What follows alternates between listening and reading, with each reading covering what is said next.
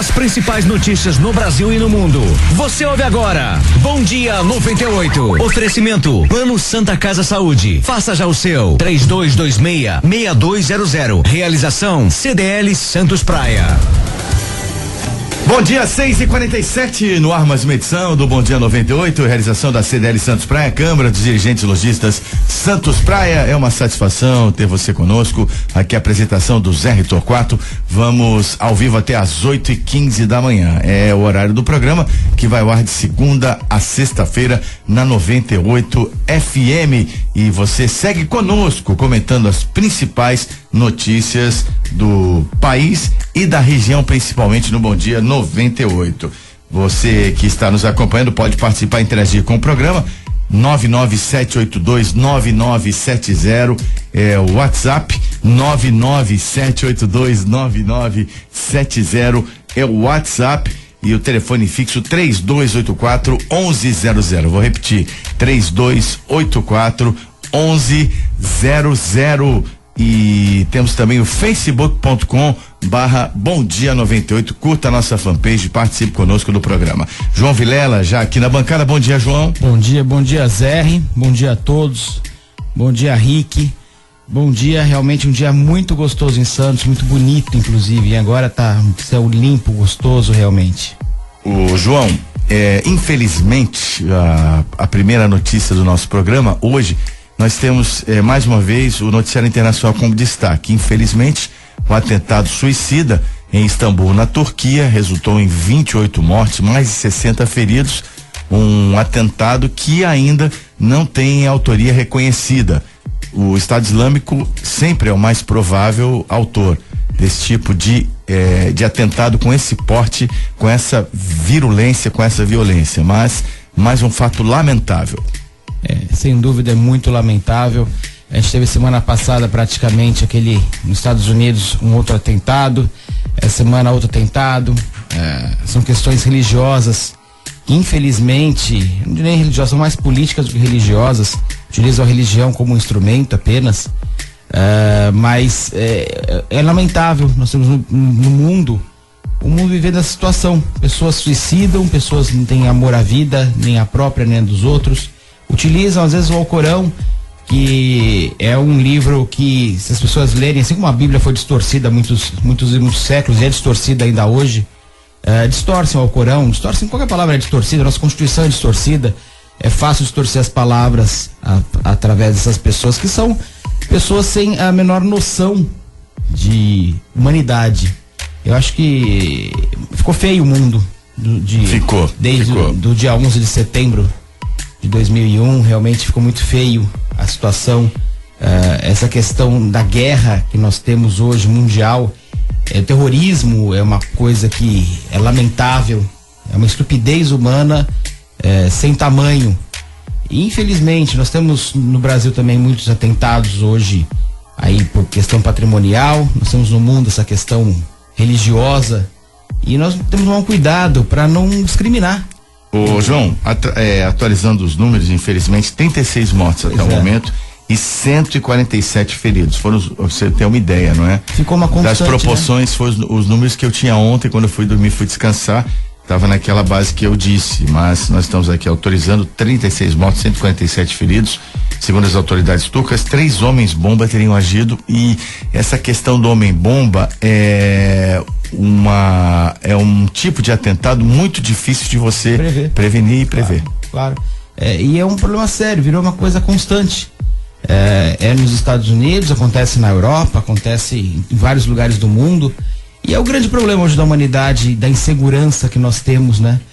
Nesses países mais civilizados, ditos civilizados, é uma questão, mas a gente tem que ver que isso tem uma raiz, e a raiz desses conflitos religiosos tem muito a ver do uso da Europa, de outros países, de uma forma bélica, querer o poder pelo poder de qualquer forma.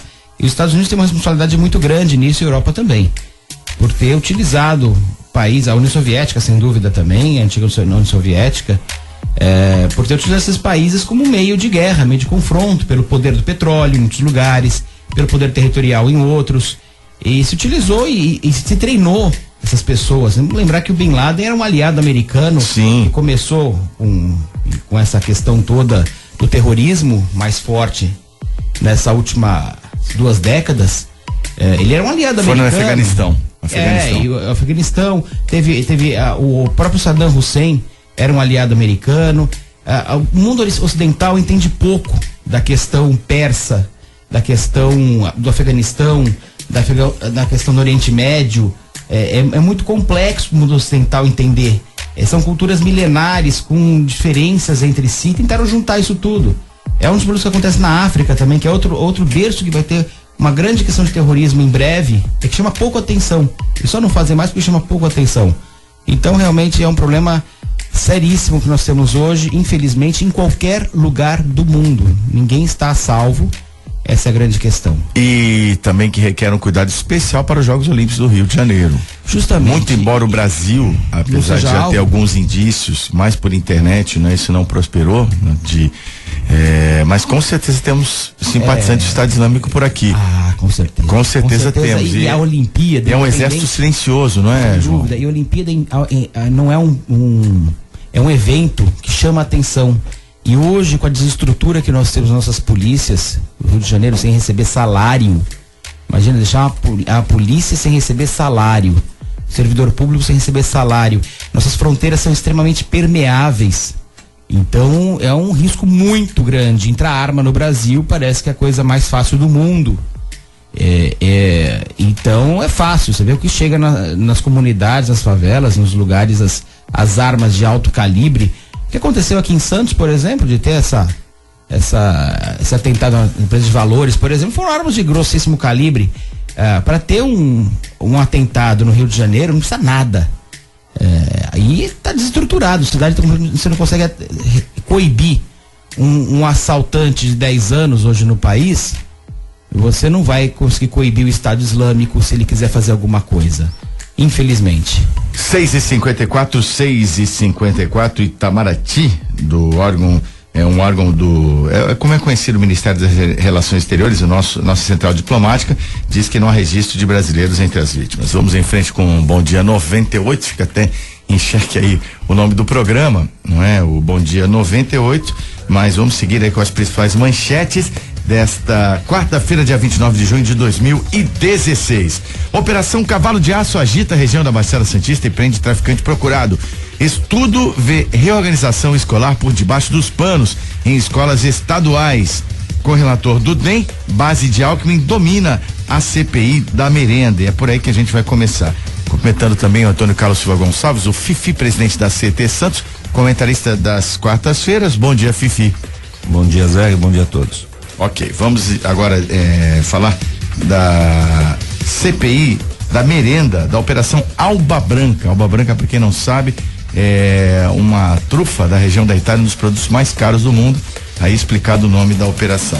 O deputado estadual Estevão Galvão do DEM foi nomeado ontem relator da CPI da merenda na Assembleia Legislativa de São Paulo. Na semana passada, os 9 integrantes da CPI, entre os quais 8 são governistas, já haviam eleito o deputado Marcos Zerbini do PSDB, presidente da comissão, e Adilson Rossi do PSB, vice-presidente. O controle da CPI, inicialmente proposta pelo PT, foi criticado por deputados da oposição e estudantes que temem uma blindagem nas investigações. Cotado para ser o relator, o deputado delegado Olim do PP disse aos colegas que preferia não assumir a função porque precisará de tempo para preparar sua candidatura a prefeito de São Paulo. Somente o deputado Alencar Santana do PT não pertence à base do governo paulista. 22 prefeituras envolvidas, a merenda superfaturada e uma CPI dominada pela base governista do estado. É a famosa CPI chapa branca, né? Na realidade. Alba branca e chapa branca? Chapa branca, alba branca, combinar? Tá tudo branco na coisa e vai dar branco neles para saber investigar alguma coisa. Eu não consigo ver, viu, Zé? Infelizmente, uma CPI. Já normalmente as CPIs não são tão sérias como deveriam ser, né? Mas dessa forma, chapa branca, então, a gente sabe que não vai dar em nada. Agora, o que eu fico revoltado é com o descaso que se tem no estudo, nas escolas. Quem for visitar uma escola estadual hoje, vai entender o que eu tô falando. Basta visitar uma escola estadual. Você vai ver a infraestrutura ruim, a dificuldade dos professores para dar uma aula, a merenda que era para ser sedutora, porque nós temos que hoje utilizar uma palavra que, apesar de não ser do vocabulário do ensino, mas nós temos que pensar nisso. A escola tem que ser sedutora para o aluno, tem que ter excelentes professores, capacitados, bem remunerados, boa estrutura, bom currículo.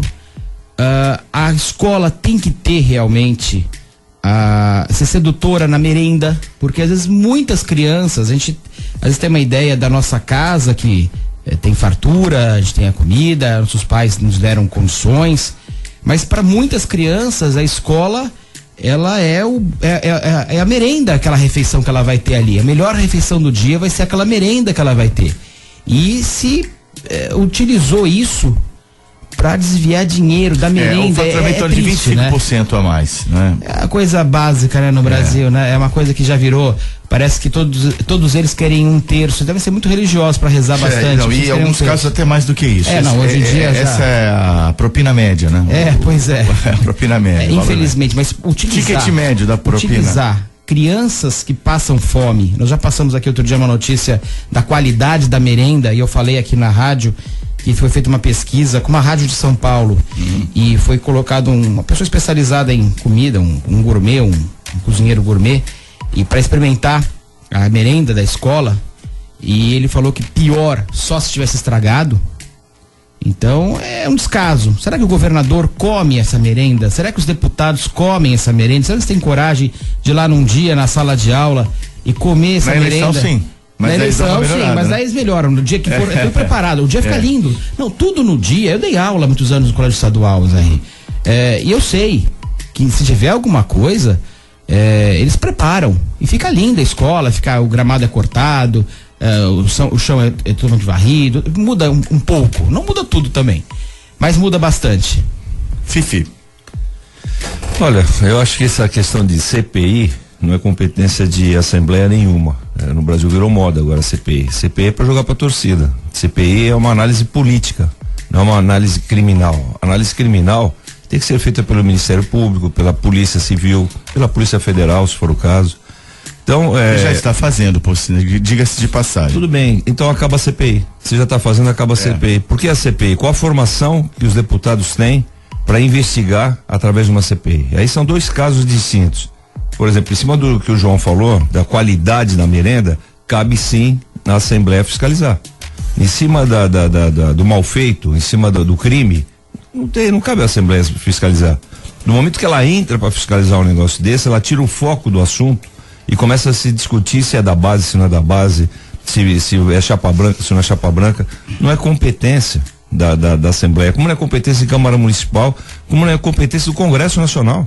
Por exemplo, o caso do Eduardo Cunha. A gente sabe que tem o componente político na Câmara Federal, como tem em todas as câmaras e todas as assembleias. É uma casa política, não é uma casa de investigação criminal.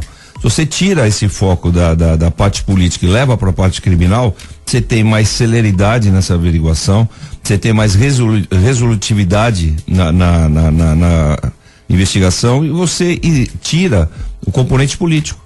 Mas espera aí, mas o promotor público também pode ser? Pode, aí pode tudo. Ele pode ser chegado a determinado político, ele pode, mas é um promotor público, é um delegado de Polícia Civil, um delegado de Polícia Federal. Agora, o que está ocorrendo no ensino no Brasil, a gente discute às vezes a merenda, não que não tenha que discutir, tem que discutir, mas a gente não discute conteúdo educativo. Eu estudei numa escola estadual aqui em Santos, que era o Colégio Canadá, que era a melhor escola de Santos, na década de 60. Que eu me lembro, não tinha merenda. 70, e não tinha merenda. E só ia para lá quem passava no exame de admissão. No momento que se socializou o estudo, o que é socializar? Isso eu tô falando, eu perguntei para uma educadora, oriunda do PT aqui de Santos, famosíssimo, que já foi deputado estadual, deputado federal. Falei, em que momento se perdeu a mão no ensino? Ela falou do momento que socializou o ensino. No momento que a escola pública começou a não ter mais concurso para admissão, começou a ter que aprovar, independente do garoto saber ou não a matéria, aí você começou a dar quantidade de aprovados e pouca qualidade de resultado. E aí você não tem mais o que discutir. A escola pública, de alguma forma, ela tinha que se reinventar. Eu acho que ela tinha que deixar o garoto, porque também é um negócio perverso. Ela coloca o garoto na formação de nível colegial. Na hora que ele sai no nível colegial, que ele teve tudo de graça até ali, ele vai prestar um vestibular para uma faculdade pública e não entra. E aí você deixa ele marginalizado em termos de ensino. O interessante é que você tivesse uma escola pública mais competente, mais efetiva, para você colocar esse garoto que não tem condição de pagar o estudo dele até o final da formação com qualidade, para ele poder se formar. Porque está se dando uniforme, está se dando merenda, está se dando transporte e não está se dando conteúdo. Enquanto não se der conteúdo, a gente vai continuar discutindo. Não é uma forma também de desviar o foco para o conteúdo fraco? Porque o Estado ele se torna presente até demais. Você entende assim? Entendo. O que eu percebo, Zé, é o seguinte: no momento que você tem as verbas vinculadas, elas são necessárias, mas elas têm que ter um objetivo. Por exemplo, o que é uma verba vinculada? Uma prefeitura, ela coloca da arrecadação dela, 25% de tudo que entra tem que ir para a educação. Tudo bem, eu acho que é o início, lá atrás era o início. Só que já se passou algum tempo, já se passou mais de 20 anos que a gente continua com verbas vinculadas. E qual o objetivo da verba vinculada? Você gastar aquele dinheiro com a educação. Cidade nenhuma consegue gastar esse dinheiro com a educação. O que ela faz para gastar? Começa a dar merenda, começa a dar uniforme, começa a dar transporte, começa a reformar a escola. Porque do salário das professoras e do salário e do gasto com efetivamente do teu custo fixo com a educação, você não consegue gastar 25%. Por isso que complementa com esses penduricalhos. E o conteúdo? Não estava na hora da gente falar, olha, então é o seguinte, vamos começar a ter uma análise, e tem avaliação dos diversos exames que são feitos, só que a média é muito baixa. A minha época, para você passar de ano, você precisava passar com 7. De 0 a 10, 7 de média. E se você ficasse de exame, 5. Hoje não, você pega as médias que são adotadas como médias aceitáveis, são um pouquinho abaixo de 5. Então não é o ideal. Então eu acho que estava na hora de ter uma qualificação desses alunos. A minha época de grupo escolar, eu fiz grupo escolar aqui em Santos, João. No Lourdes Ortiz, lá na Ponta da Praia. Você tinha a classificação dos alunos, o primeiro da classe, o segundo, o terceiro, e não tinha esse negócio do cara ficar constrangido porque era o último. Pelo contrário, o cara ficava estimulado para ser o primeiro. É meritocracia, Meritocracia, né? Hoje não. Hoje não pode se julgar mais nada. Não pode julgar o garoto de 7 anos, o garoto de 7 anos pode ficar desmotivado. Pera, pô. Você tem que dar um objetivo para esse garoto, você tem que dar uma meta para esse garoto. Porque senão, é muito mais fácil você passar de 2016 para 2017 automaticamente passando de ano sem precisar estudar. Você não precisa estudar, tá ótimo. Só que o dinheiro é público, o dinheiro é nosso. Você está dispondo, eu não tenho filho hoje na escola pública, acho que nenhum de nós aqui que estamos no estúdio temos. Só que é um dinheiro que você paga no imposto satisfeito, porque se você tiver qualidade no ensino, você tira essa garotada do crime, você tira essa garotada da falta de perspectiva de vida. Agora, se você estiver pagando para merenda, desculpa, não vamos chegar a lugar nenhum. 7:575 é o Bom Dia 98, realização da CDL Santos Praia 98 FM, ao vivo até às 8:15 da manhã. Na bancada, os comentaristas João Vilela, que é empresário e advogado, e o presidente da CT Santos, engenheiro Antônio Carlos Silva Gonçalves, o Fifi. Vamos agora saber e repercutir os principais fatos do cenário nacional. Giro Nacional. Vídeos mostram perseguição da Guarda Civil e gritos após a morte da criança de 11 anos. Segundo episódio, em pouco tempo, o primeiro um garoto de 10 anos acabou morrendo no choque com os PMs, e agora o episódio da Guarda Civil Municipal em São Paulo, em Guaianazes, e os gritos, claro, evidentemente, apesar de muitas pessoas entenderem que não é uma criança, já é um bandido formado, eu tenho lá minhas dúvidas, mas é algo que choca, evidentemente choca, numa idade tão ainda tão jovem, né? Apenas 11 anos envolvido no crime com desfecho desse porte. Assusta realmente. É uma notícia que ficou recorrente. A semana passada um de 10, a semana um de 11, os dois, uma semana retrasada, um de 10, mortos pela polícia. Agora, eu tenho que deixar bem claro, eu acho que é importante deixar claro, que a polícia vive um estresse muito grande. Sabe, ele tá ali numa guerra civil. Não quero justificar a atitude do policial, eu acho que foi um pouco precipitada realmente, talvez tenha sido, na hora a gente não sabe o que aconteceu exatamente. Eu evito julgar, porque na hora lá é difícil ele saber quem estava dentro do carro. A bandidagem também, do jeito que está hoje, o despreparo, a desmotivação da polícia, é despreparo também, isso é culpa nossa, essa polícia desmotivada. Nossa, eu digo do governo. O Fifi colocou perfeitamente. Ele falou a palavra república, né? República quer dizer res pública, coisa de todos. E a polícia é uma res pública, é uma coisa pública, coisa de todos. O poder de polícia é algo importante. Nós armamos uma pessoa, nós damos um poder muito grande para essa pessoa, só que nós não damos as condições necessárias para que ela possa ter esse poder. E nós temos uma bandidagem solta por aí. Essa pessoa corre um risco diário, ela quer chegar para sua família, ela quer chegar para os seus filhos.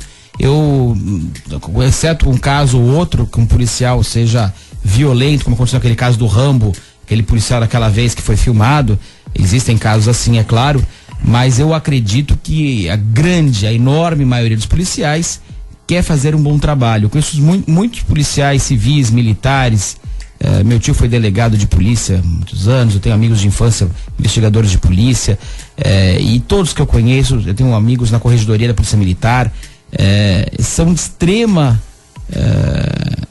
competência, extrema dedicação. Agora, é duríssimo realmente, você passa um estresse diário.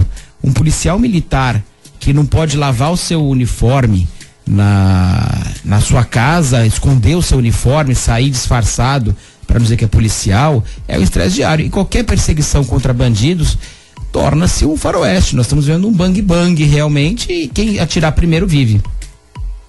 A gente discute o policial matar o garoto de 11 anos que era um criminoso, e a gente não discute os policiais que são mortos diariamente. Exatamente. Né? E aí a gente fica nesse falso moralismo o tempo inteiro de achar que o garoto de 11 anos ele vai se recuperar. O garoto que está armado, dirigindo um carro com 11 anos de idade, dando tiro na polícia militar, esse cara vai ser... o de 10 anos, agora esse de 11 ele estava atrás do carro com 2 bandidos. O problema são 12 meses, né? Mas o conceito é o mesmo. Então, você parar pra pensar, Zé, não é que tenha que matar, mas também não dá pra ficar na rua. Porque você também vai querer a segurança. Se você tivesse naquele momento e o garoto de 10 anos tivesse matado alguém da sua família, ou algum parente de algum repórter que divulgou a matéria, talvez ele não tivesse divulgado com a tinta que ele colocou na matéria. Você pega e aí eu vou concordo diretamente com o que o João está dizendo pelo seguinte: imagina o estresse de um policial levando tiro com um carro totalmente escuro, não sabe quem está dentro do carro, ele vai parar, bater na porta e falar: escuta, mostra documento, você tem 18 anos, você tem 10, você tem 11, e o cara dando tiro nele. Não dá para julgar dessa maneira. É uma hipocrisia a gente julgar dessa maneira.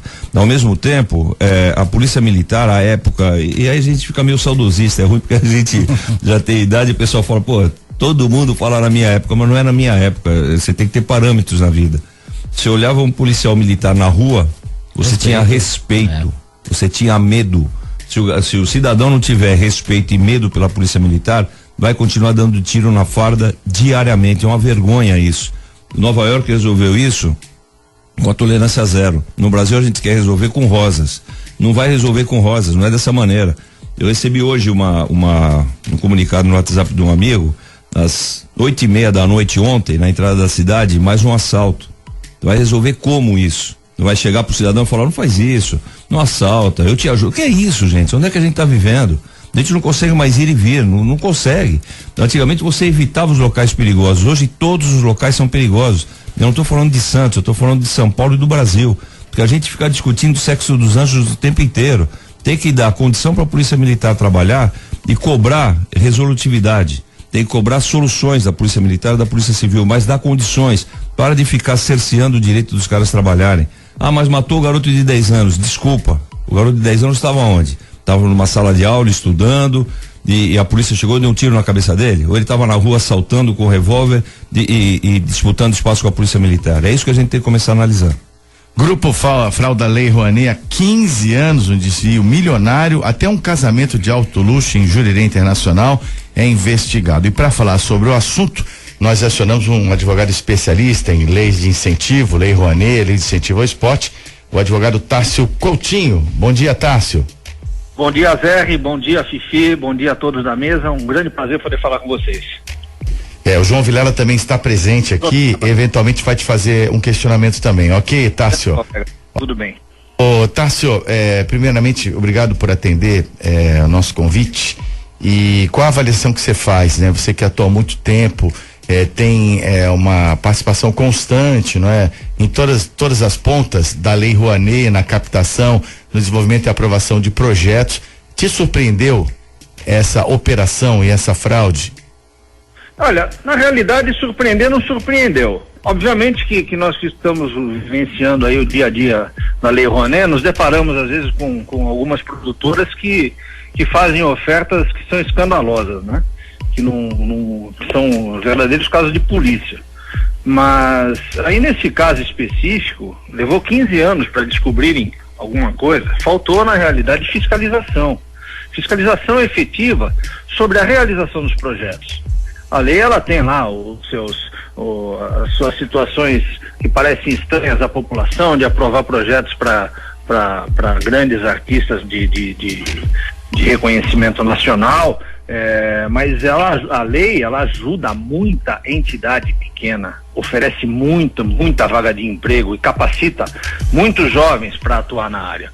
Então, essas questões pontuais, elas têm que realmente servir de exemplo, e o pessoal tem que sofrer aí as penas duras da lei, né? Para que a lei Rouanet, ela continue, se aprimore e possa avançar e melhorar cada vez mais a condição da sociedade brasileira.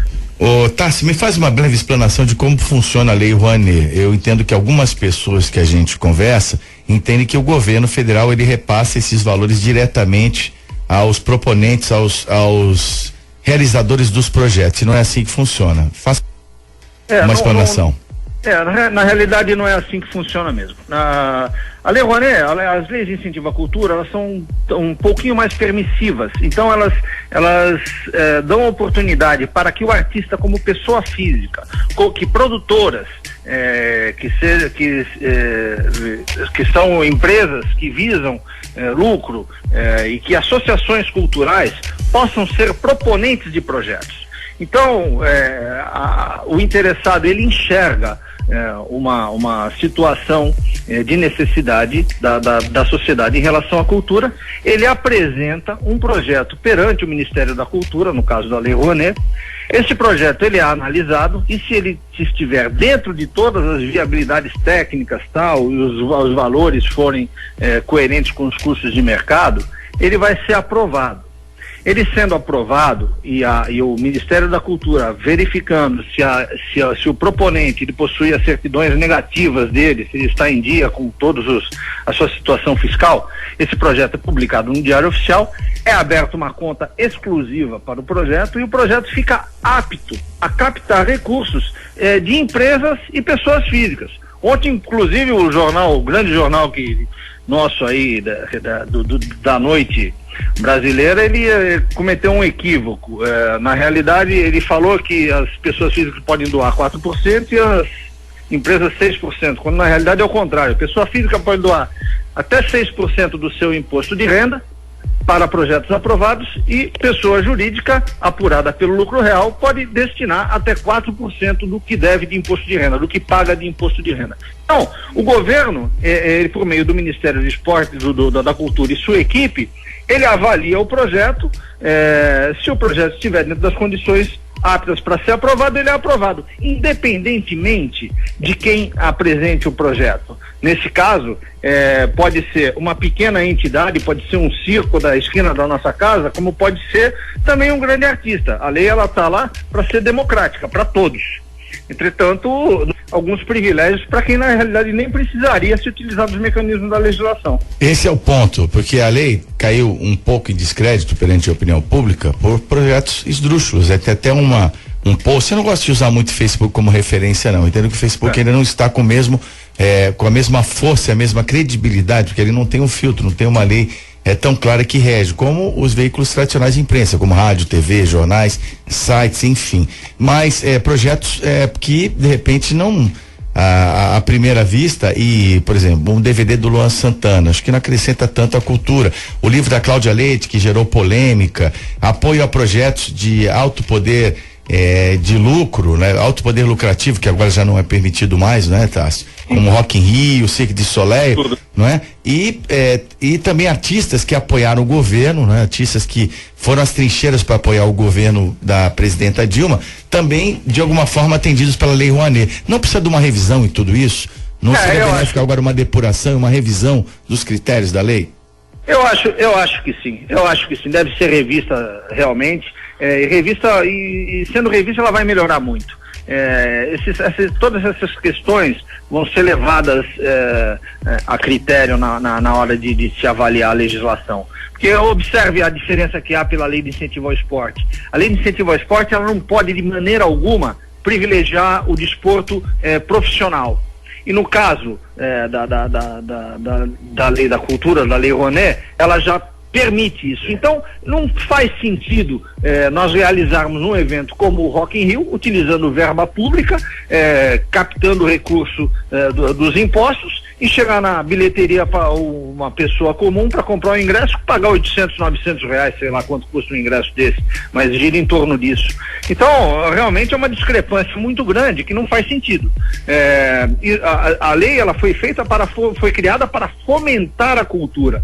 Se um grande artista desse estiver preocupado com a cultura do país, então ele pode, simplesmente utilizando o nome dele, realizar projetos que tragam jovens para se capacitar para participar de atividades artísticas, tanto na parte de bastidores como atuando. Então, sempre vem com essa história que esses artistas novos que aparecem e tal, ficam com essa conversa mole, mas se utilizam da lei para beneficiar apenas projetos que para se locupletar, para realizar a sua atividade teatral, cobrando valor de mercado. Quer dizer, eles realizam uma atividade cultural com lei de incentivo. Na hora que você vai na bilheteria para comprar o ingresso, não é um preço de ingresso comum. É o fomento para quem? O fomento é para aquele indivíduo ou o fomento é para a cultura nacional?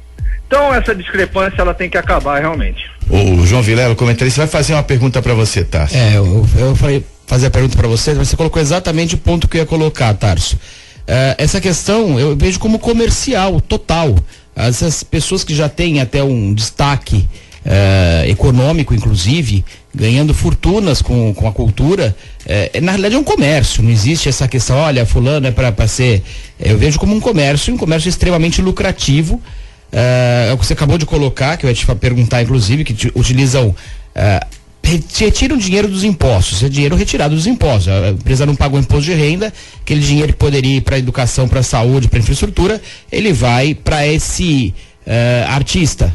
E esse artista utiliza esse imposto para fazer, os impostos para fazer esse dinheiro, para fazer o seu show, ou o seu livro, ou o que seja. E o que é pior, né? Ele cobra ingressos aviltantes. Chega na hora lá, você vai pagar uma fortuna ainda. Você paga 2 vezes. Você pagou porque você não recebeu o resultado do imposto, e você paga por um ingresso que é altíssimo. E uma pessoa que não necessita disso realmente. Acho que você colocou perfeitamente. Eu ia te fazer uma pergunta, mas você completou de uma forma perfeita todos os detalhes da lei. Só para acrescentar, essa operação que houve ontem da Polícia Federal, ela é extremamente benéfica para a lei. Até porque quem comete falcatrua vai começar a colocar a barba de molho. O pessoal vai recuar um pouco e vai pensar 2 vezes antes de realizar alguma atividade ilícita com a... o cidadão realizou uma festa de casamento de acordo com a Polícia Federal.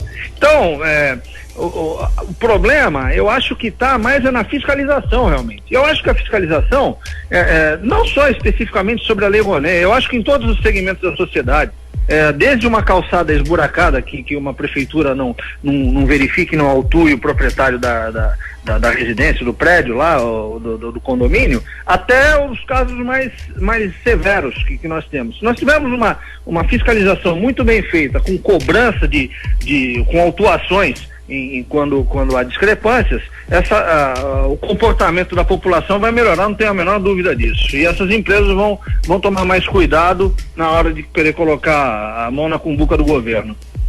Advogado Tássio Coutinho, especialista em leis Rouanet, leis de incentivo. Tássio, muito obrigado pelos seus esclarecimentos, um ótimo dia. Estamos à disposição sempre para elucidar os nossos ouvintes. Eu só lamento, Zé, não ter podido participar pessoalmente, que eu estou numa viagem aí, inclusive visitar uma empresa para destinação de recursos para o projeto da Lei Rouanet, projeto sério aqui de Santos, e eu, infelizmente, o horário não bateu para nós podermos conversar pessoalmente no estúdio. E eu gostaria muito de enaltecer as palavras que o Fifi mencionou anteriormente a respeito das crianças de escola e etc, que são palavras que não é nem para ser prefeito, são palavras para ser presidente da República. Parabéns, Fifi. Tá certo, tá lançando a sua candidatura aí, Fifi.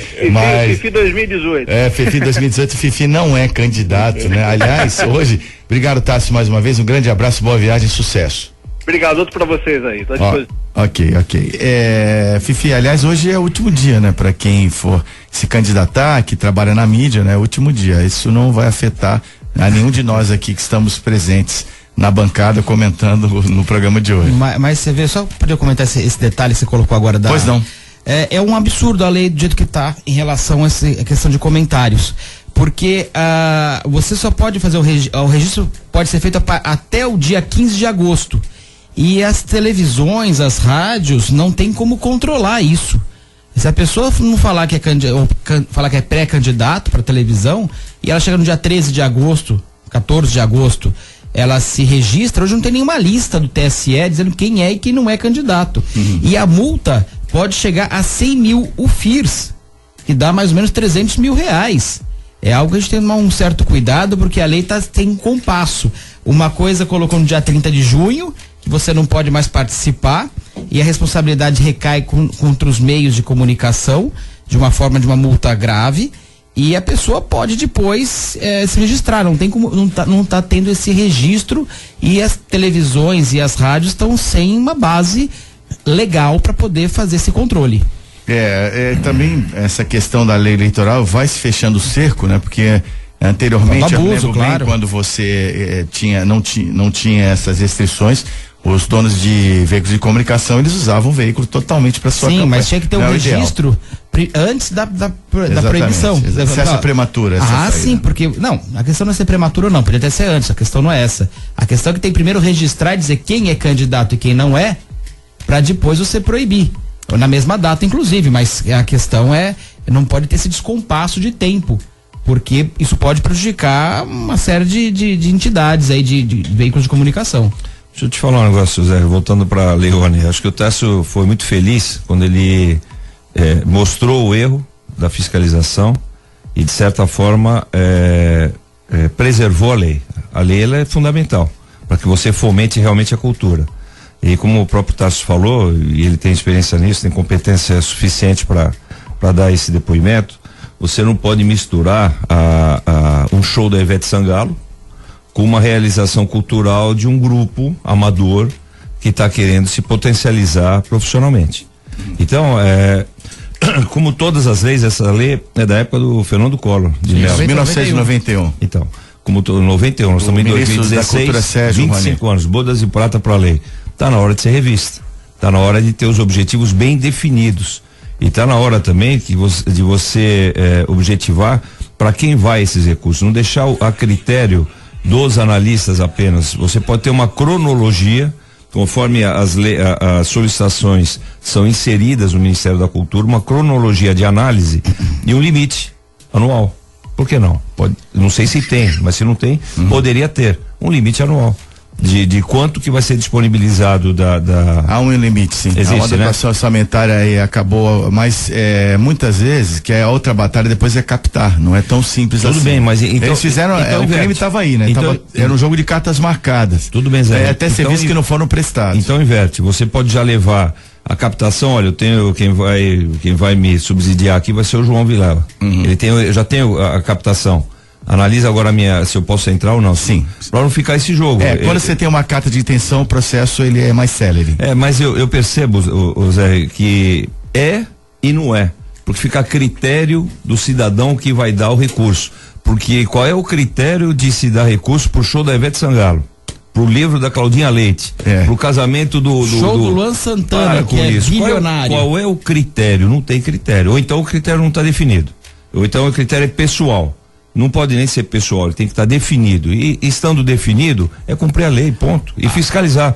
Como o Tasso falou, fiscalização é fundamental. Aproveitando o seu ponto do pessoal, Fifi, a impessoalidade é uma das características que você tem que ter no dinheiro público. Mas não é dessa forma que a gente está percebendo. Não, exatamente, é o contrário disso, inclusive. Aliás, é o contrário disso. Mas olha, eu tomei cuidado de olhar os projetos aprovados, são milhares, não é? A maioria deles contempla mesmo a cultura local, produtores locais. Tudo bem, mas esses são os pequenos. Mas a impessoalidade realmente é um fato que... Mas eu vou te falar. Mas esses são os pequenos. Esses são os pequenos. Porque a cultura local não vai ter o custo de um show de um grande artista.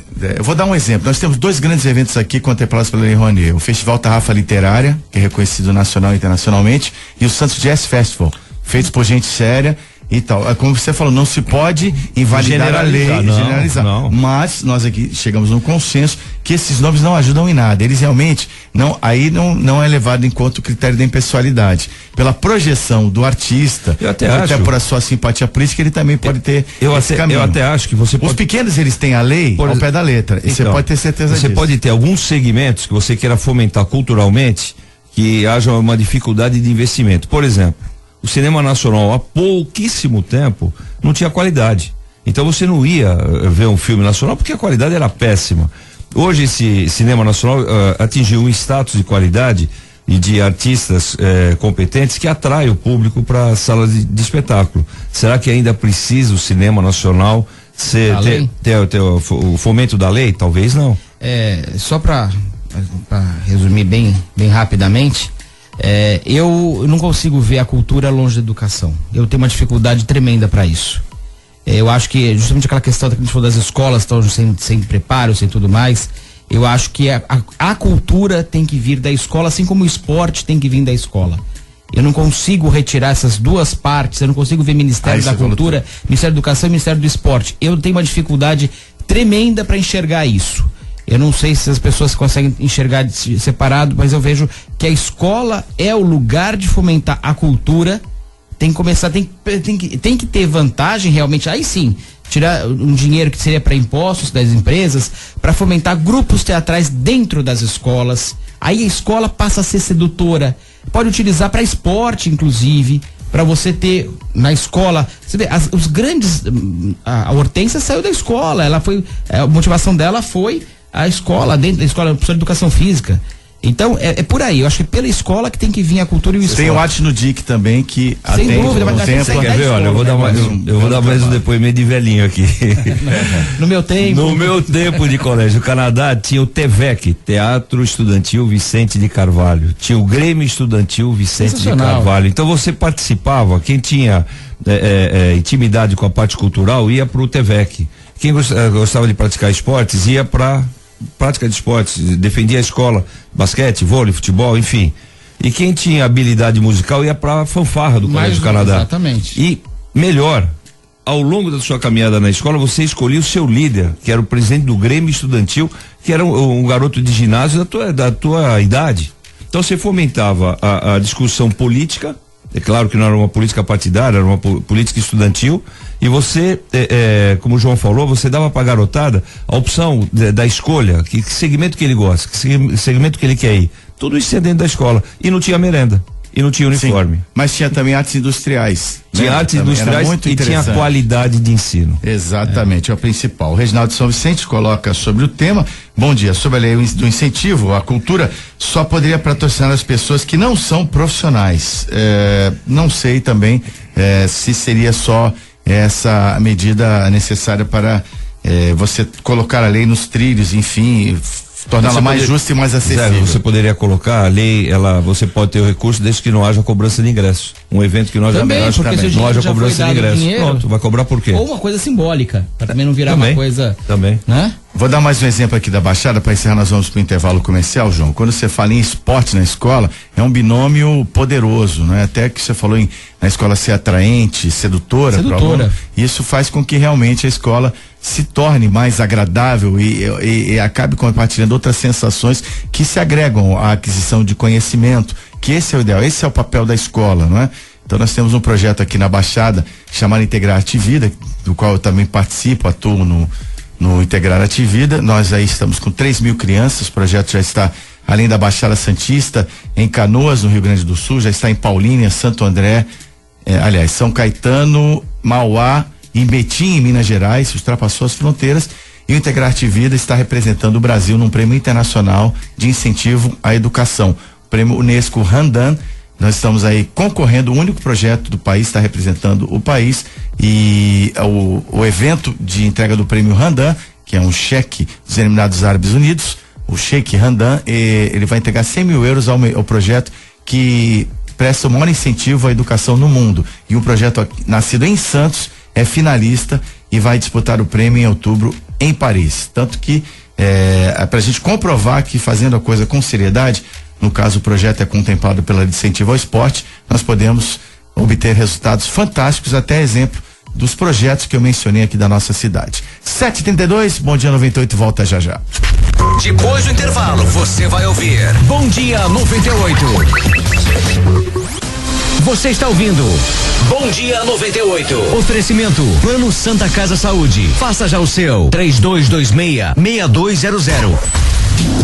7h34 no ar, o Bom Dia 98, até as 8h15 da manhã, realização da CDL Santos Praia, Câmara de Dirigentes Lojistas Santos Praia, aqui Zé Torquato, na bancada os comentaristas João Vilela, Antônio Carlos Silva Gonçalves, o Fifi, o engenheiro Antônio Carlos Silva Gonçalves, o João, que é empresário e advogado, na sonoplastia e na produção Rick Santos, e a Cláudia atendendo você aqui no nosso telefone 3284-1100 ou pelo WhatsApp 997829970. Participe do Bom Dia 98, inclusive pela nossa fanpage. Curta e participe, facebook.com/Bom Dia 98. Deixa eu fazer uma saudação especial ao Fernando Rangel, Fernando da Churrascaria Tertúlia, de nossos patrocinadores. A Churrascaria Tertúlia é sensacional, rodízio de carnes nobres com muita qualidade. Quando eu faço esse comercial, eu fico morrendo de vontade de almoçar ou jantar na Churrascaria Tertúlia. Hoje o rodízio está R$54,90 e nos finais de semana e feriados e datas especiais R$79,90. A qualidade compensa, o atendimento é de primeiríssima, tem um time especializado nos cortes das carnes, tudo feito como manda figurinos, garçons de bebidas, os aprendizes, a qualificação profissional na Tertúlia é uma prioridade e um bom atendimento também. Todo mundo que conhece a Churrascaria Tertúlia sabe disso. É a grande pedida pro almoço e pro jantar, momento muito agradável ali na ponta da praia em Santos. Bartolomeu de Guzmão 187, churrascariatertúlia.com.br é o site. Informações e reservas 3261-1641. E vamos em frente agora com a situação das balsas e estradas. Balsas e estradas. 7h36, travessia Santos Guarujá, 4 balsas em operação neste momento. O tempo de espera é de 25 minutos em ambos os sentidos. Travessia Guarujá Bertioga, 1 balsa em operação. Tempo de espera de 30 minutos em ambos os lados. Travessia São Sebastião e Ilhabela, 3 balsas em operação. Tempo de espera é de 25 minutos em ambos os sentidos. Operação 5 por 5 em andamento. Chegada a São Paulo pela rodovia Anchieta, apresenta lentidão do quilômetro 13 ao quilômetro 10 devido ao excesso de veículos. Eis aí o panorama das balsas e estradas prestando esse serviço ao nosso ouvinte aqui no Bom Dia 98. Se você tiver alguma informação nesse sentido, por favor, compartilhe conosco. E por falar nas balsas, tem aqui um recado do coordenador do Procon Santos, o Rafael Quaresma, né, que vai haver uma reunião, inclusive, sobre o tema, não é? Uma reunião sobre o tema. Me manda aqui o Quaresma, não é? A reunião, hoje tem reunião do Procon Santos com a BR Mobilidade para tratar as pendências do BR Card, e também segunda às 15h30 tem até a CT envolvida e MP Fifi, reunião com o Procon Santos para tratar da fila da balsa do lado de Santos. Uma reunião aí informada pelo Quaresma. Você gostaria de complementar algo sobre essa reunião? Não, só para esclarecer qual o motivo da reunião. Quaresma me demandou ontem a respeito desse assunto e a reunião já está marcada. E o objetivo é minimizar o impacto que está havendo com as filas da balsa, e aí tem a participação do governo municipal e do governo federal, do governo estadual. É a fila da preferencial e a fila da moto. Ela está do lado do mercado de peixe, e tem um ponto de ônibus ali próximo dessa embocadura da fila para acesso à balsa, e esse ponto está atrapalhando muito a fila. Fora isso, o local de segregação dos automóveis credenciados, porque no momento que baixou a idade do preferencial para 60 anos, a quantidade de veículos aumentou muito. E essa fila você não consegue organizar de jeito nenhum. Então a Dersa vai entrar de forma a resolver essa segregação dos veículos na parte interna do espaço que eles têm, e a CET vai entrar remanejando esse ponto de ônibus ou minimizando o volume de ônibus que param nesse ponto. São diversas linhas, se a gente tirar algumas linhas acho que resolve praticamente o problema, para dar um conforto maior para essa fila. Não é a fila principal da balsa que vai estar sendo discutida, até porque essa não cabe a CET discutir, cabe a Dersa disponibilizar mais balsas para que não haja fila. É a fila preferencial e a fila de motos. Obrigado, Fifi. E vamos aqui, um comentário do nosso ouvinte, o Frank Rabelo. Comentário do João está certo. Só imagina esses 180 milhões que foram desviados se fossem empregados na educação, colégio em tempo integral, com esporte, atividades teatrais. O Brasil só vai para frente quando começamos a pensar uns nos outros. Abraços e parabéns pelo programa. E nós que agradecemos a participação diária e a audiência sempre aí fiel do Frank Rabelo, entre outros ouvintes que nos prestigiam aqui no Bom Dia 98. Já nós vamos comentar sobre a Operação Cavalo de Aço, agitou a região da Baixada Santista, prendeu traficante procurado, prendeu muita gente, e quando nós chegarmos a esse tema, teremos a participação do delegado Carlos Alberto Romano, convidado especialmente para comentar a Operação Cavalo Branco. E vamos voltar ao tema da reorganização escolar, que começou aqui na Baixada, com a ocupação das escolas. O Salomão Ximenes, que é professor da Faculdade de Educação da Universidade Federal do ABC, um dos responsáveis pelo estudo, diz que a reorganização, que não ocorreu no ano passado, foi suspensa por causa dos protestos estudantis, está sendo feita de forma velada e com impactos para médio e longo prazo, porque ações da Secretaria de Educação estão fechando gradativamente os ciclos. Segundo o Salomão, em 2016, 165 escolas da rede estadual de São Paulo deixaram de abrir turmas de início de ciclo de ensino, ou seja, do primeiro ao sexto ano do ensino fundamental e primeiro ano do ensino médio, que são chamadas de séries de entrada. Entre essas unidades, 53 eram apresentadas no ano passado pelo governo Geraldo Alckmin, como escolas que fariam parte da reorganização escolar. Está se fazendo a reorganização silenciosamente, João? Agora, nós estamos falando que os problemas da República são muito sérios, né? A coisa pública, eu achei começar a falar, olha, o Brasil é uma república, nós não chegamos a essa conclusão. Eu vou colocando isso porque outro princípio, nós falamos do princípio da impessoalidade na Lei Rouanet, e agora tem um outro princípio sendo usurpado aí, que é da publicidade. Tudo que é feito pelo governo em geral, pelo menos a grande maioria das coisas, tem que ser pública, né? Tem que ser transparente, tem que ser publicizada. E velado não combina muito com... Aliás, nada no Brasil tem combinado muito com República, infelizmente. Esse é um problema muito sério, porque teve um viés político nas escolas, esses protestos, mas eu também não vejo nenhuma boa vontade do governo estadual, infelizmente, de melhorar muito mais a educação. Isso já vem há mais de 20 anos, muito mais até. O Fifi até colocou que ele estudou em escola pública estadual, Canadá, sem dúvida. Meu pai deu aula no Canadá, inclusive. Aliás, um dos alunos do meu pai foi o Luiz Mercadante, que era daqui de Santos. O pai dele era um militar, inclusive, tudo mais. Mas era uma escola sensacional. O Canadá, uma escola fantástica. E nós tivemos outros bons exemplos de escolas estaduais no Brasil todo. E no estado de São Paulo, sem dúvida. Agora, eu estudei na escola técnica estadual e estudei escola municipal em São Vicente, mas já o estudo na minha época já não estava tão bom. Já não havia essa preocupação tão grande com a qualidade, sim com a quantidade. Que foi justamente, todo mundo vai estar na escola, pronto, acabou. Todo mundo na escola e não resolve. E é o grande problema hoje, nós temos uma quantidade enorme de pessoas estudando, mas sem conteúdo nenhum. O Fifi colocou isso perfeitamente pra gente agora há pouco. Sabe o que eu questiono aí? Por que o governo do estado não pode ter a liberdade de reorganizar o estudo? Sabe o que está ocorrendo nesse caso?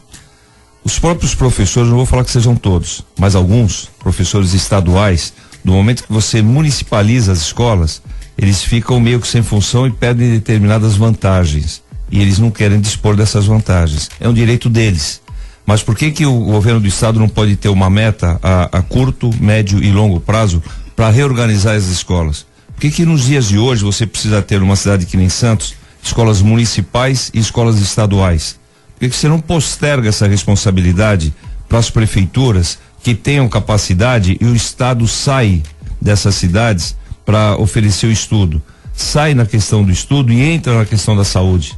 Porque o estudo, ele é municipalizado. A saúde, ela é universalizada em termos de Brasil. Qualquer cidadão do Brasil pode vir no Hospital de Santos e ser atendido sem custo algum. Por que a gente não muda essa lógica? Porque a gente não dá uma condição diferenciada e corre atrás do objetivo que é a qualidade? Por que não passa os prédios escolares que hoje estão, os estaduais estão subutilizados para o município, e o município que tem dificuldades em alguns prédios não começa a utilizar esses espaços? Por que o município tem que pagar aluguel em determinados locais e o estado está com prédios que não tem utilização alguma? Ociosos. Então essa lógica, e outra, como que o garoto da escola está discutindo uma reorganização de uma grade de ensino? Que experiência que ele tem para discutir? Se não tiver o fomento de uma pessoa maior que começa a dar informação para colocá-lo contra essa atitude do governo do estado, ele não tem o menor embasamento. Então é um caso político no meu modo de ver, político partidário sim, e é um caso político de uma rede de professores que não quer perder o status. É um direito deles não perderem esse status. O estado não pode tirá-los de uma hora para outra da sala de aula e falar: olha, vocês não têm função, vocês vão ter uma diminuição salarial, vocês vão ter uma diminuição de atividades. Tem que se prever uma capacitação para esses professores para uma outra alternativa de desempenho funcional, mas a gente precisa reorganizar o estudo. Não dá mais para a gente falar que as escolas estaduais em Santos têm péssima qualidade e os espaços não estão sendo utilizados. Eles têm que ser reorganizados. O dinheiro é de todos nós, seja do estado ou do município, é dinheiro de impostos. 7h45 no Bom Dia 98. Agora deixa eu falar da Blanche, a Blanche Moda em Branco, para você que trabalha de branco, que é médico, dentista, enfermeiro, fisioterapeuta, você que é estudante, né, de biomédica, você pode ir na Blanche, não se assuste com o preço e que você não vai encontrar o que você procura, porque lá eles têm qualidade, peças mais simples, até peças mais transadas, mais de design mesmo, não é?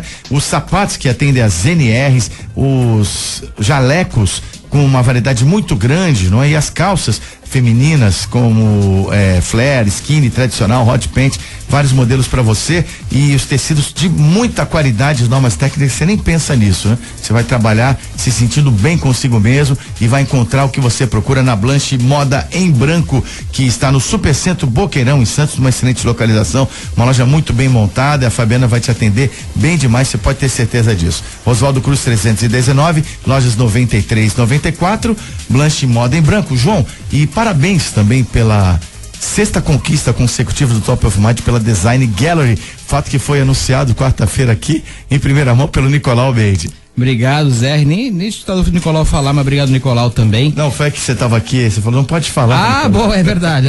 Foi antes de sair o prêmio. Obrigado a todos, inclusive, porque isso é uma eleição realmente, é uma escolha popular e espontânea. E nesse ano foi interessante que a gente ficou também, a gente ganhou o prêmio com presentes finos. Nos outros anos, os outros 6 anos foram como artigos de decoração e do lar. E esse ano também como presentes finos, eu fiquei muito orgulhoso com isso. Parabéns, João, pelo trabalho. E o próximo tema vai falar da Operação Cavalo de Aço, que agita a região da Baixada Santista. Já falou cavalo branco, cavalo de aço. Não cavalo branco, eu falei, opa. Não era cavalo branco, alba branca. Era alba branca. Não, mas ele já falou ontem. Mas é bem provável, falei cavalo branco. Falei, vai rolar o uísque aqui dentro. Isso em Portugal é uma cavalaria. Então, e para debater esse tema referente à segurança pública, Operação Cavalo de Aço, obrigado, Fifi. E aliás, daqui a pouco vai ter gente requerendo vagas regulamentadas para cavalos aqui para CT, né? É uma cavalaria. É verdade. Então nós convidamos o delegado Carlos Alberto Romano. Romano, bom dia.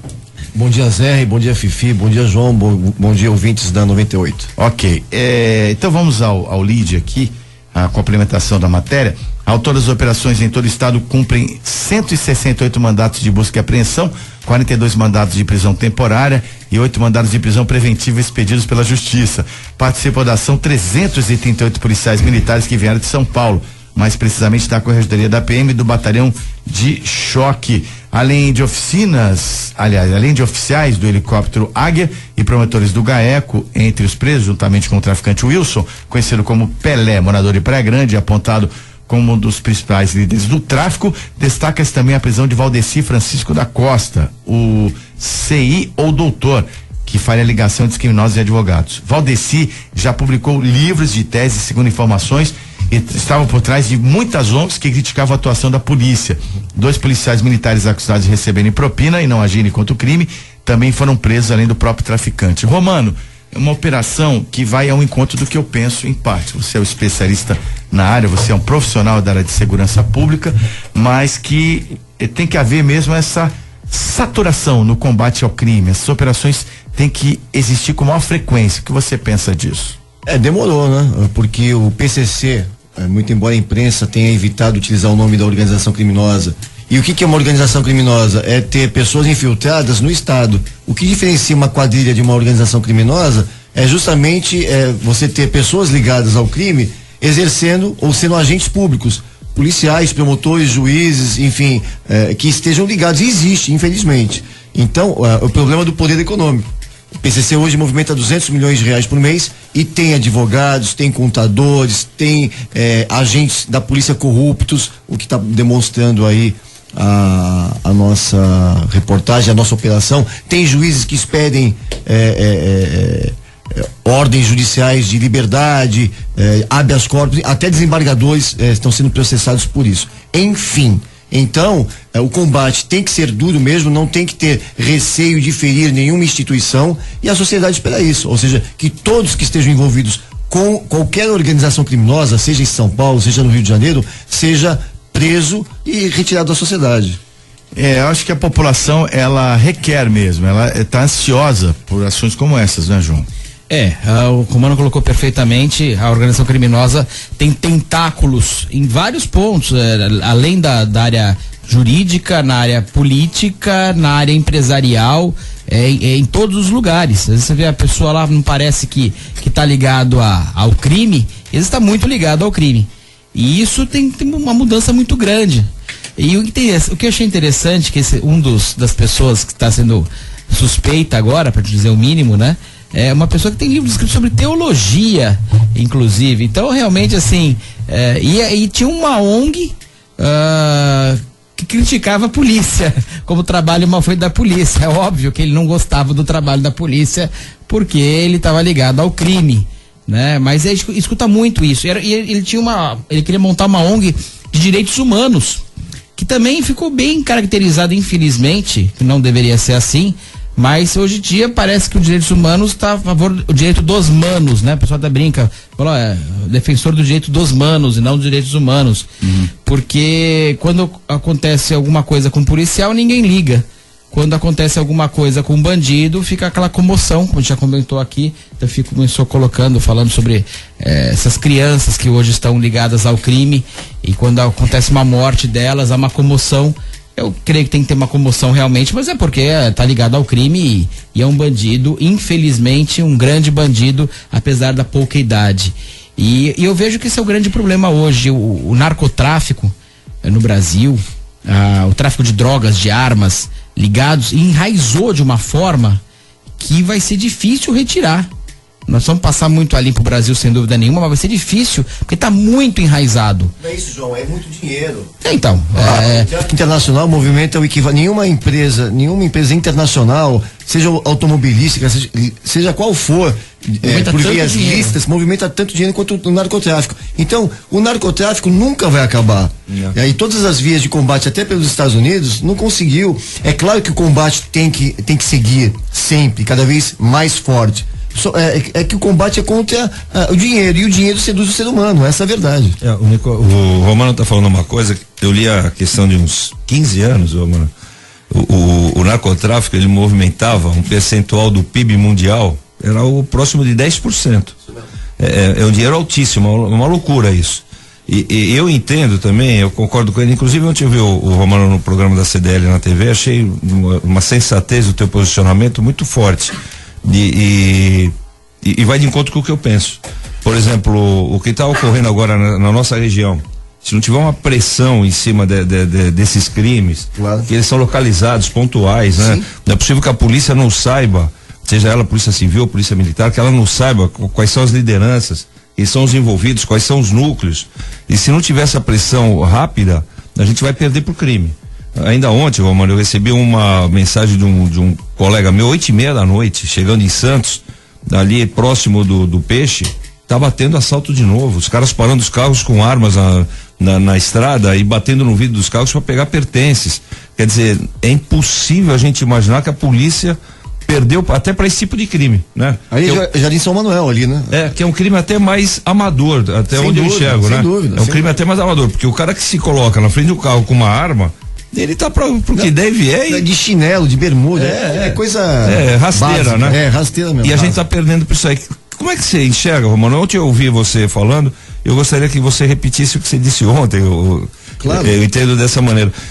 Como é que você enxerga que a gente resolve isso? Por exemplo, como é que a gente vai começar a ir para São Paulo com tranquilidade e voltar de São Paulo com tranquilidade na região da Baixada Santista? Veja, eu trabalho em São Paulo, né? Diariamente vou a São Paulo, enfim, eu tenho essa preocupação. Você pode ser policial, só que policial é uma coisa, super-homem é outra. Você não tem como combater quatro. Eu já tive uma situação em Santos, quando eu voltava do trabalho em São Paulo, um assalto na minha frente, por sinal eram duas advogadas, por coincidência, e eu falei, eu não vou fazer nada, como é que eu vou me enxergar? Então, eu intervi no assalto, houve uma troca de tiros violenta, isso é fato, está registrado, enfim, foi em frente ali na entrada de Santos, eu me lembro tão bem porque era a semifinal da Libertadores, então tava lotado aquilo, e eu troquei tiro com 2 assaltantes, mas não dá, é loucura, eu dei sorte aquele dia, Agora, normalmente os assaltos na via pública são exercidos, principalmente esse assalto que é o tipo de um bloqueio que eles fazem, é no mínimo 4. Então não tem como você evitar.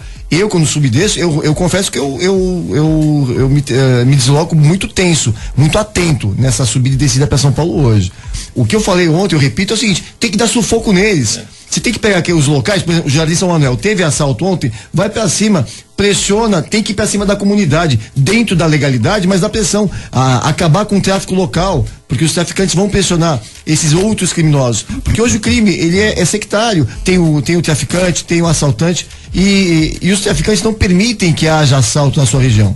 Então, mas tem que dar sufoco em todos eles e botar na cadeia o traficante, o assaltante. E outra coisa, eu estava até comentando ontem, bandido não tem idade, tem maldade. Não importa que tenha 10, 15 anos. O problema de quem trabalha na repressão e na proteção das pessoas e das famílias na sociedade é combater o crime. O cidadão pegou uma arma e veio pra cima de qualquer pessoa de bem, tem que ser combatido. Pode ser 5, 10, 100 anos. Então o crime não tem idade, ele tem maldade. Então a gente tem que combater de uma maneira enérgica, sem hipocrisia e sem demagogia. Romano, você colocou que o narcotráfico perfeitamente, e o Fifi colaborou com isso, realmente está enraizado no mundo inteiro. Mas a relação entre o narcotráfico, e vai ter o narcotráfico sempre porque há o consumo. Se não houver o consumo, claro, acaba o narcotráfico. Na verdade, as pessoas, muitos da classe média e da classe alta, que consomem e acabam utilizando e viram um resquício para o restante. Mas você vê, na região, nos anos 80, na região de Miami, havia uma violência muito grande, havia o crime organizado muito forte e havia o narcotráfico. Não que acabou o narcotráfico, só que hoje já tem a segurança. Você conseguiu retirar a questão do roubo de uma forma muito grande. E eu acho que o grande problema hoje no Brasil chama-se roubo. Porque do roubo vira um latrocínio em 2 segundos. Sim. A pessoa está ali nervosa também. A grande maioria dos assaltantes estão nervosos e armados. Para virar um latrocínio, são questões latrocínio. Latrocínio são questões de segundos. Então realmente assim, o grande problema que nós temos hoje da insegurança da população é o roubo. O roubo é que tem que ser combatido de uma forma muito forte também. Deixa eu até colaborar até antes do Romano falar, porque é interessante a gente pegar, esse assunto é um assunto hoje polemiza e preocupa a todos, né? Claro. Na minha cabeça, Romano, não sei se eu estou errado, eu acho que os Estados Unidos têm um consumo de drogas maior que o Brasil. Sim, né? Até pelo consumidor. Até pelo próprio poder aquisitivo. E no Brasil a gente está banalizando a segurança, atrelando tudo ao narcotráfico, né? Se circula droga lá de uma forma maior do que no Brasil, e no Brasil a gente tem uma violência maior do que nos Estados Unidos, não tá se falhando nessa questão às vezes não é nem da segurança, às vezes pode ser da legislação.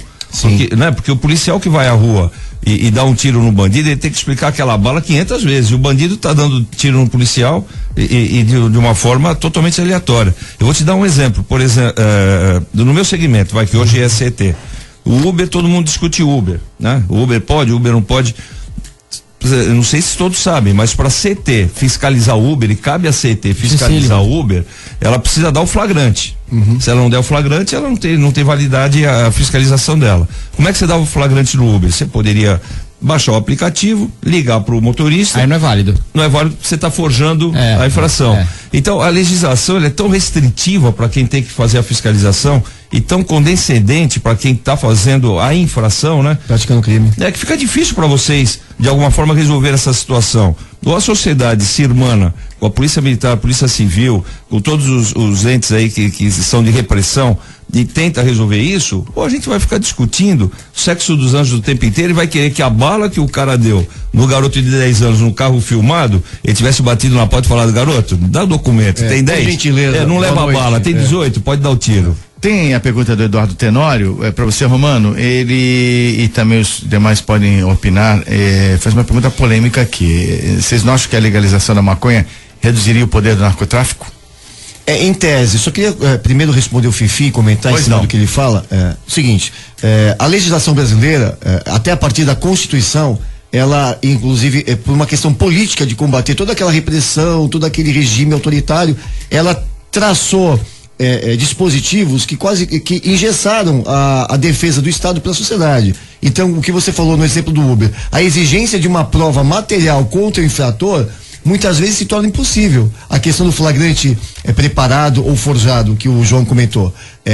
Se você provoca, no caso, o atendimento de um motorista do Uber e através do próprio sistema de comunicação dele, e se você vai querer prender, você não vai poder, porque aquela prova vai ser descartada pelo juiz. Então, o simples a abordagem e constatação daquele veículo nas características do indivíduo talvez não sejam suficientes. Enfim, o que nós temos no Brasil é alguns princípios, algumas posturas intelectuais ou de filosofia mesmo com relação à sociedade.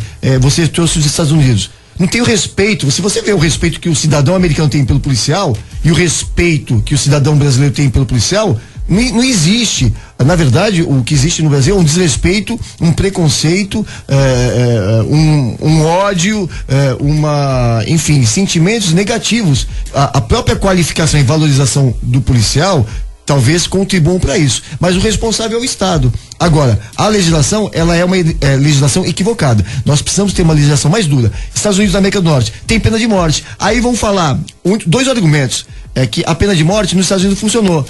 Mentira, porque nos Estados Unidos a pena de morte, ela não é para reduzir criminalidade, é para retribuir a conduta, ou seja, o mal injusto que o criminoso praticou. O cara matou, não tem outro bem jurídico equivalente à morte ou ao bem jurídico da vida que se equivalha, é a vida dele. No domingo agora que passou, a gente teve uma médica no Rio de Janeiro que foi morta. Aqui, qualquer hora, toda hora a gente tem uma pessoa morta, com um tiro na cabeça, enfim, seja do meio que for, por um assaltante. E ele fica 3 anos na cadeia e vai pra rua. É ridículo. Menor, pior ainda, o menor pode matar até os... Eles falam, eu vou matar até os 18. E matam mesmo. Enfim, eles não têm piedade, nem com o policial, nem com o pai de família, nem com a mulher. Então, o que nós temos que ter hoje? É uma reformulação no pensamento da sociedade, uma consciência, e ver o que a sociedade quer, afinal. Ou é um Estado... O Estado forte não é um Estado autoritário. Estado forte é aquele que justamente mantém a liberdade e os bens do indivíduo e da família.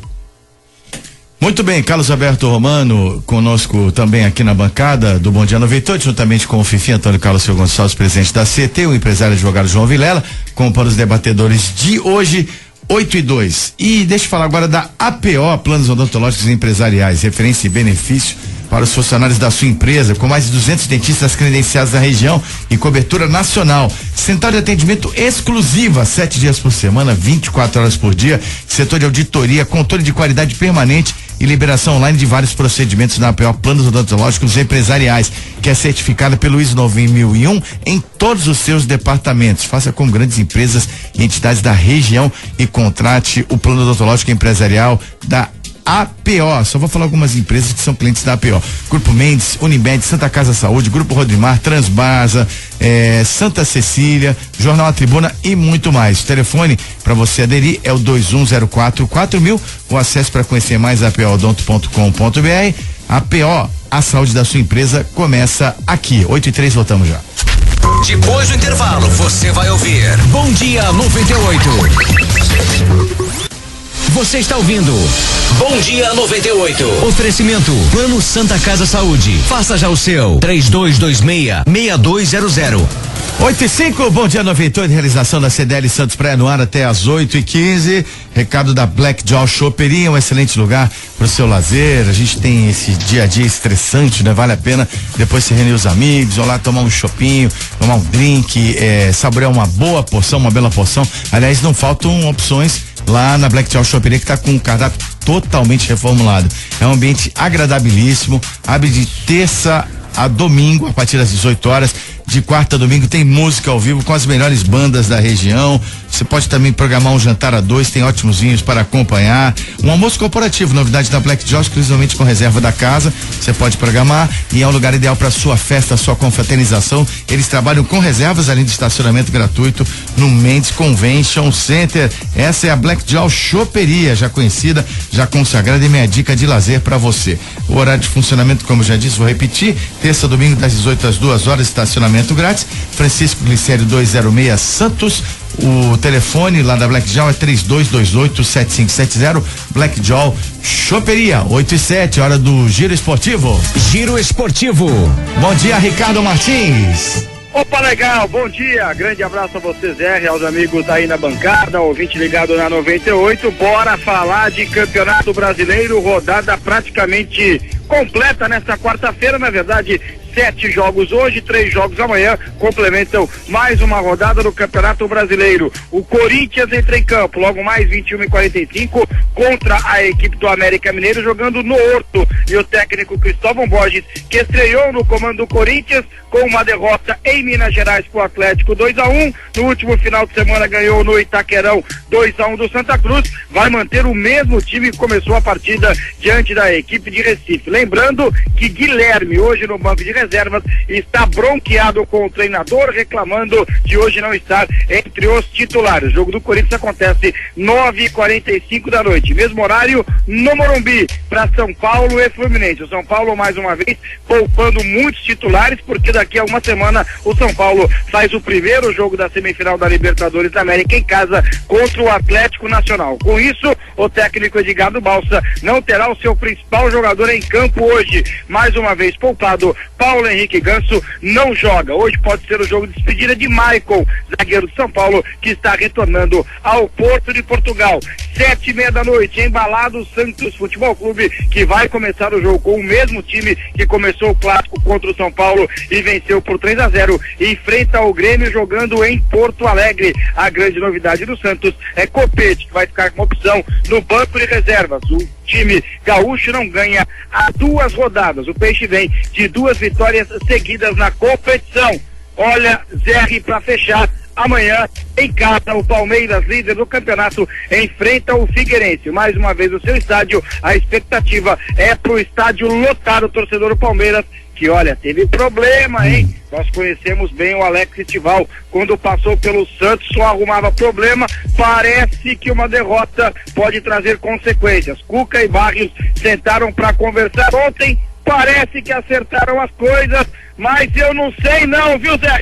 Ô, Ricardo, o delegado Romano tá perguntando se você ainda tá jogando bola. Falou que você era um bom jogador, hein, Ricardo? Excelente. No Confere. tempo que eu era magrinho, um abraço pro Romano, eu jogava bola. Depois que a gente casa, começa com esse negócio de subir e descer a serra, a futebol me abandonou. Porque é o seguinte, Zé, eu jogava bola pra me divertir. Hoje, quando eu vou jogar bola, eu divirto os outros. Tô fora, Zé. Obrigado, Ricardinho. Tem um recado especial para encerrar o boletim. Até amanhã. Até amanhã, ó, Armazém 26, materiais elétricos, hidráulicos e limpeza no centro de Santos. Entregamos para você sem cobrar absolutamente nada. 3221-3396. Armazém 26, Praça da República, 35 no centro de Santos. 3221-3396.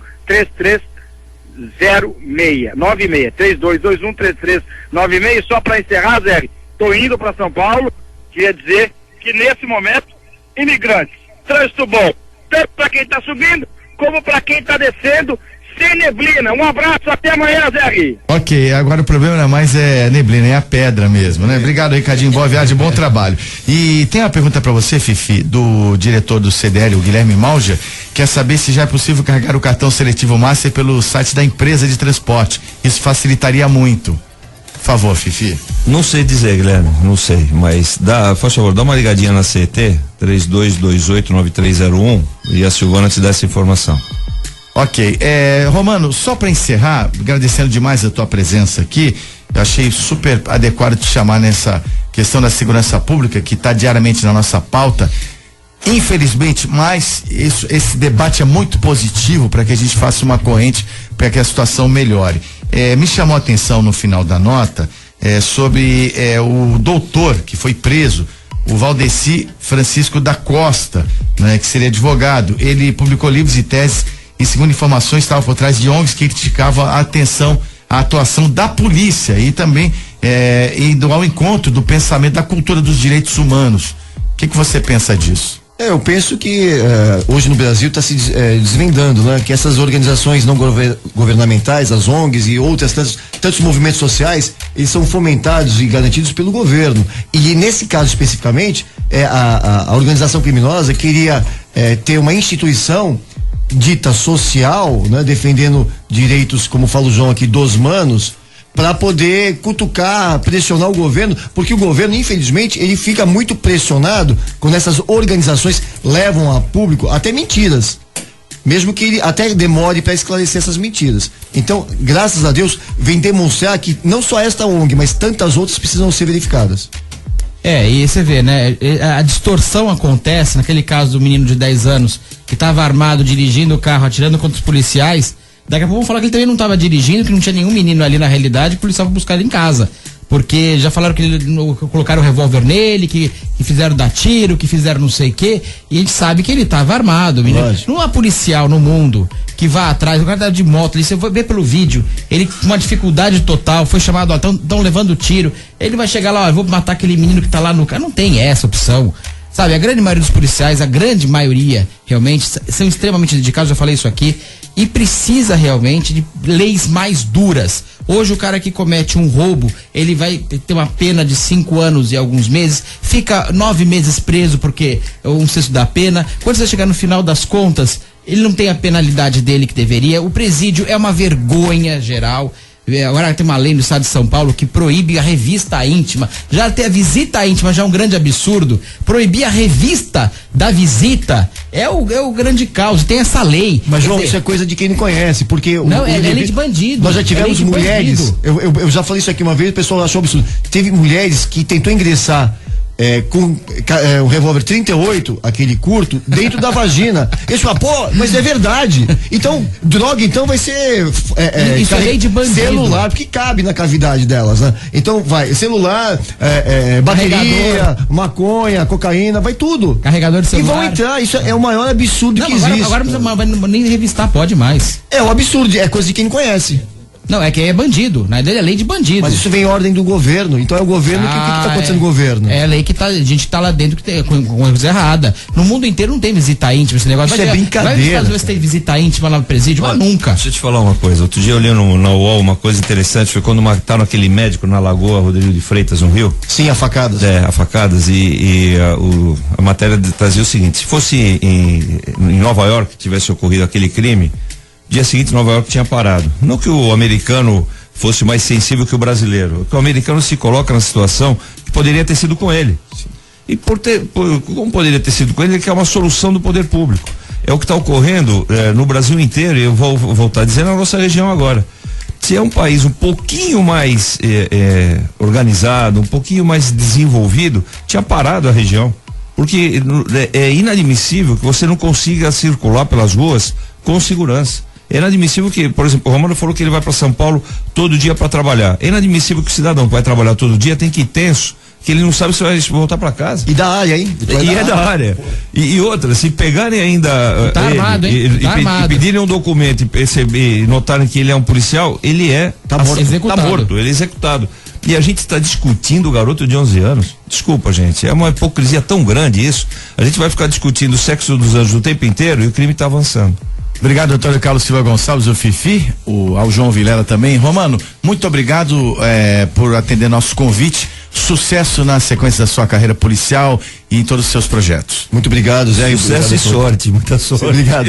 Tamo junto. Tamo junto. Ok, bom, estamos terminando por aqui mais uma edição do Bom Dia 98. Obrigado ao Rick Santos aqui na sonoplastia, na coordenação de produção. A Cláudia atendendo vocês aí com muito carinho. Sempre importante a participação do nosso ouvinte. E agradeço e até amanhã, às 15 para as 7 da manhã, na quinta-feira do Bom Dia 98 aqui no 98 FM. Um abraço e até lá. Tudo que acontece no Brasil e no mundo.